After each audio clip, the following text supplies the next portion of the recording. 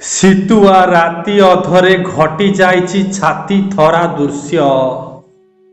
ବାଇକରେ ଯାଉଥିବା ସ୍ୱାମୀ ସ୍ତ୍ରୀଙ୍କ ସହ ଘଟିଛି ଏମିତି ଅଘଟଣ, ଯାହାକୁ ଶୁଣିଲା ପରେ ଆପଣଙ୍କ ଲୋମ ମୂଳ ଟାଙ୍କୁରି ଉଠିବ। ଦେହ ଭିତରେ ଗୋଟିଏ ଅଜବ ପ୍ରକାରର ଶିହରଣ ଖେଳିଯିବ। ଆଉ ଆପଣ ଏହି ସତ ଘଟଣାଟି ସହଜରେ ବିଶ୍ୱାସ କରିପାରିବେ ନାହିଁ।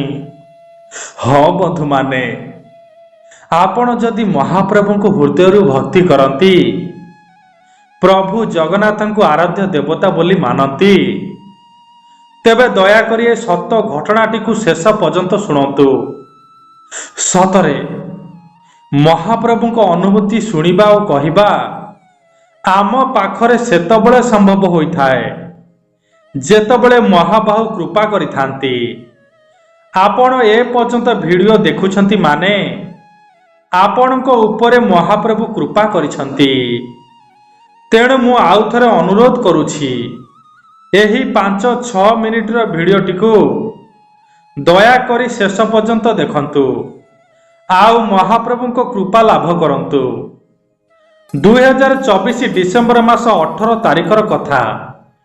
ପୁରୀ ଜିଲ୍ଲା ଗୋପ ଅଞ୍ଚଳର ସୁମିତ ଓ ରୀନା ଦୁହେଁ 2024ରେ ନୂଆକରି ବିବାହ ବନ୍ଧନରେ ବାନ୍ଧି ହୋଇଥାନ୍ତି। ଛୋଟବେଳୁ ରୀନା ଭଗବାନଙ୍କୁ ବହୁତ ମାନନ୍ତି।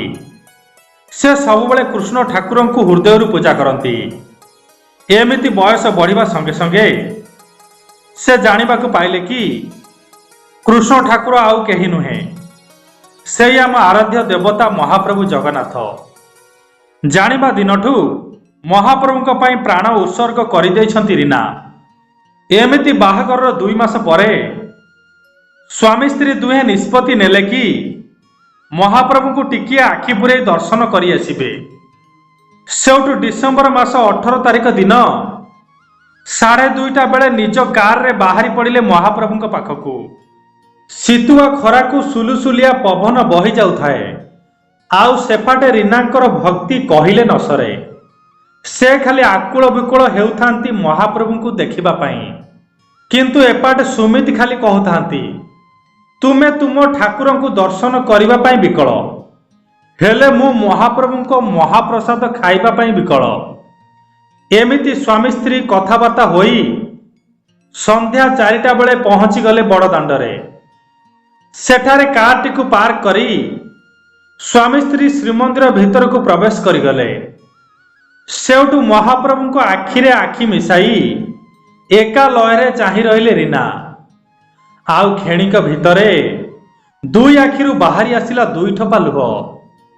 ସତରେ ମହାପ୍ରଭୁଙ୍କୁ ଦର୍ଶନ କରି ଆଖିରୁ ଯଦି ଲୁହ ନ ଆସେ, ତେବେ ସେ ଦର୍ଶନର କିଛି ବି ମୂଲ୍ୟ ନାହିଁ। ଏମିତି ରୀନାଙ୍କର ଅଗାଢ଼ ଭକ୍ତି ଥିଲା ମହାପ୍ରଭୁଙ୍କ ଉପରେ। ତାପରେ ସ୍ୱାମୀ ସ୍ତ୍ରୀ ମହାପ୍ରଭୁଙ୍କୁ ଭଲରେ ଭଲରେ ଦର୍ଶନ କରି ମହାପ୍ରଭୁଙ୍କ ମହାପ୍ରସାଦ ଖାଇ ଶ୍ରୀମନ୍ଦିରରୁ ବାହାରିଲା ବେଳକୁ ସନ୍ଧ୍ୟା 6ଟା ହୋଇଯାଇଥାଏ। ବଡ଼ଦାଣ୍ଡରୁ କିଛି ଜରୁରୀ ଜିନିଷ ପତ୍ର କିଣାକିଣି କରିବା ଭିତରେ ରାତି ଆସି 9ଟା ବାଜିଗଲା। ସେଉଠୁ ସମୟ ଦେଖି ସୁମିତ କହିଲେ, ଚାଲ ଚାଲ, ଆଉ ଡେରି କରନି, ଏମିତିରେ ଅନେକ ସମୟ ବିଳମ୍ବ ହୋଇଗଲାଣି। ସେପାଟେ ପୁଣି ଜଙ୍ଗଲିଆ ରାସ୍ତା, ଆମକୁ ପୁଣି ଘରକୁ ସହଳ ଫେରିବାକୁ ପଡ଼ିବ। ଆଉ ବିଳମ୍ବ କଲେ ଜମା ଭଲ ହେବନି। ତାପରେ ତୁରନ୍ତ ଗାଡ଼ି ବୁଲାଇଲେ ଘର ଅଭିମୁଖେ।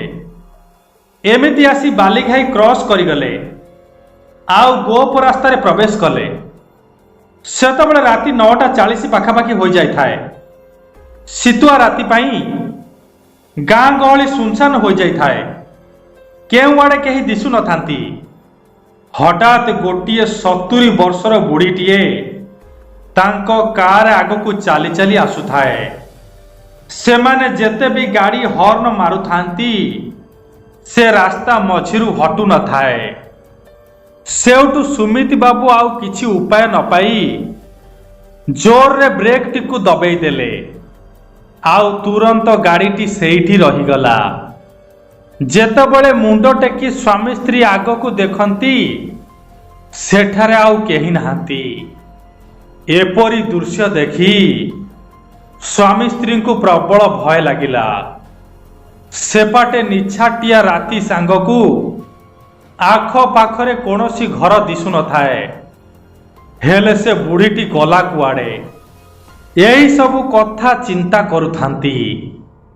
କିନ୍ତୁ ସେତେବେଳକୁ ତାଙ୍କ ପିଣ୍ଡରେ ପ୍ରାଣ ନଥାଏ।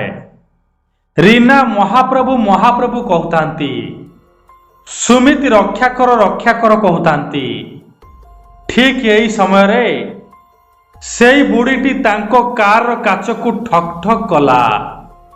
ପୁଣି ସେ ବୁଢ଼ୀକୁ ପାଖରେ ଦେଖି ଅଧିକ ଭୟଭୀତ ହେବାକୁ ଲାଗିଲେ। ଆଉ ସୁମିତ ଯେତେବେଳେ ଗାଡ଼ି ଷ୍ଟାର୍ଟ କଲେ ଯିବା ପାଇଁ, ସେତେବେଳେ ତାଙ୍କ ଗାଡ଼ିଟି ଷ୍ଟାର୍ଟ ହେଲା ନାହିଁ। ସେଉଠୁ ଆଉ କିଛି ଉପାୟ ନ ପାଇ ଦୁହେଁ ଦୁହିଁଙ୍କୁ ଜାବୁଡ଼ି ଧରି ମହାପ୍ରଭୁଙ୍କୁ ବିକଳ ହୋଇ କହିବାକୁ ଲାଗିଲେ, ହେ ଠାକୁରେ, ଏସବୁ କଣ ହେଉଛି ଠାକୁରେ? ଆମେ କି ଦୋଷ କରିଥିଲୁ ତୁମର? ହେ ମହାପ୍ରଭୁ, ସତରେ କଣ ଏ ଭୁତୁଣୀ କବଳରୁ ଆମକୁ ରକ୍ଷା କରିବନି? ହେ ଚକା ଆଖି, ହେ ଅନ୍ଧର ଲଉଡ଼ି, କିଛି ଗୋଟେ ଚମତ୍କାର କର ମହାପ୍ରଭୁ, କିଛି ଗୋଟେ ଚମତ୍କାର କର। ଏମିତି ଦୁହେଁ ଆଖି ମୁଜି ଦେଇ ମହାପ୍ରଭୁ ଜଗନ୍ନାଥଙ୍କୁ ବିକଳ ହୋଇ ଡାକିବା ସମୟରେ ତାଙ୍କ ସହ ଘଟିଲା ଏକ ବିରାଟ ଚମତ୍କାର। ଦୁଇ ଜଣ ଯୁବକ ହାତରେ ଦୁଇଟି ଟର୍ଚ୍ଚ ଲାଇଟ୍ ଧରି ତାଙ୍କ ଗାଡ଼ି ପାଖକୁ ଆସିଲେ। ଆଉ ଜୋରରେ କହିବାକୁ ଲାଗିଲେ, ଗାଡ଼ି ଭିତରେ କିଏ ଅଛ? ବାହାରକୁ ଆସ। କଣ ହୋଇଛି ତୁମର? ରାସ୍ତା ମଝିରେ ଗାଡ଼ି ରଖି କାହିଁକି ପାଟି କରୁଛ? ଏମିତି ଅନେକ ସମୟ ବଡ଼ ପାଟିରେ କହିବା ପରେ ସୁମିତ ସାହସ କରି ମୁଣ୍ଡ ଉପରକୁ ଉଠେଇ ଦେଖିଲା ବେଳକୁ ଦୁଇଟି ଲୋକ ଛିଡ଼ା ହୋଇଛନ୍ତି। ସେଉଠୁ ତାଙ୍କର ଟିକିଏ ଡର କମିଲା। ତାପରେ ଡୋର କାଚକୁ ଟିକିଏ ତଳକୁ ଖସେଇ କିଛି ସମୟ କଥାବାର୍ତ୍ତା ହେବା ପରେ ଦୁଇ ଜଣ କାରରୁ ବାହାରି ଆସି ସେ ଲୋକ ଦୁଇ ଜଣଙ୍କ ଗୋଡ଼ ତଳେ ପଡ଼ିଗଲେ। ଆଉ ଗୋଟି ଗୋଟି କରି ସବୁ କଥା କହିଗଲେ। ଏମିତି ସବୁ କିଛି ଶୁଣି ସାରିଲା ପରେ ଦୁଇ ଜଣ ଲୋକ କହିବାକୁ ଲାଗିଲେ, ତୁମମାନଙ୍କର ଡରିବାର ଆଉ କିଛି ନାହିଁ। କାରଣ ଯାହାକୁ ରଖିବେ ଅନନ୍ତ, ତାକୁ ଭଲା କିଏ ମାରିପାରିବ?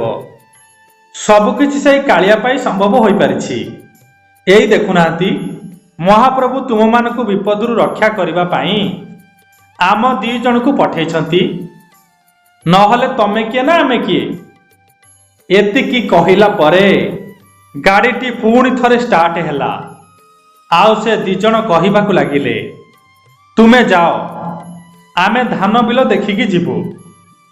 ହଁ ବନ୍ଧୁମାନେ, ସେହି ଦିନର ଏପରି ଛାତିଥରା ଘଟଣାରେ ମହାପ୍ରଭୁ ରକ୍ଷା କଲେ ବୋଲି ସୁମିତ ଓ ରୀନା ସବୁବେଳେ କହୁଛନ୍ତି। ସତରେ ବନ୍ଧୁମାନେ, କେତେବେଳେ କେଉଁ ରୂପରେ ଆସି ତାଙ୍କ ଭକ୍ତକୁ ସେ ରକ୍ଷା କରୁଛନ୍ତି ତାହା କେବଳ ତାଙ୍କୁ ହିଁ ଜଣା। ସତରେ ଭକ୍ତଟି ବିପଦରେ ପଡ଼ିଲେ ସେ ରତ୍ନ ସିଂହାସନ ଛାଡ଼ି ଚାଲି ଆସୁଛନ୍ତି। ହଁ ବନ୍ଧୁମାନେ, କରି କରାଉଥାଏ ସେହି, ତା ବିନୁ ଅନ୍ୟ ଗତି ନାହିଁ। ସେଇଥିପାଇଁ ମୋର ଗୋଟିଏ ଅନୁରୋଧ, ମହାପ୍ରଭୁଙ୍କୁ ହୃଦୟରୁ ଡାକୁଥାନ୍ତୁ ଆଉ ଏହିପରି ତାଙ୍କ ଅନୁଭୂତି ଶୁଣୁଥାନ୍ତୁ।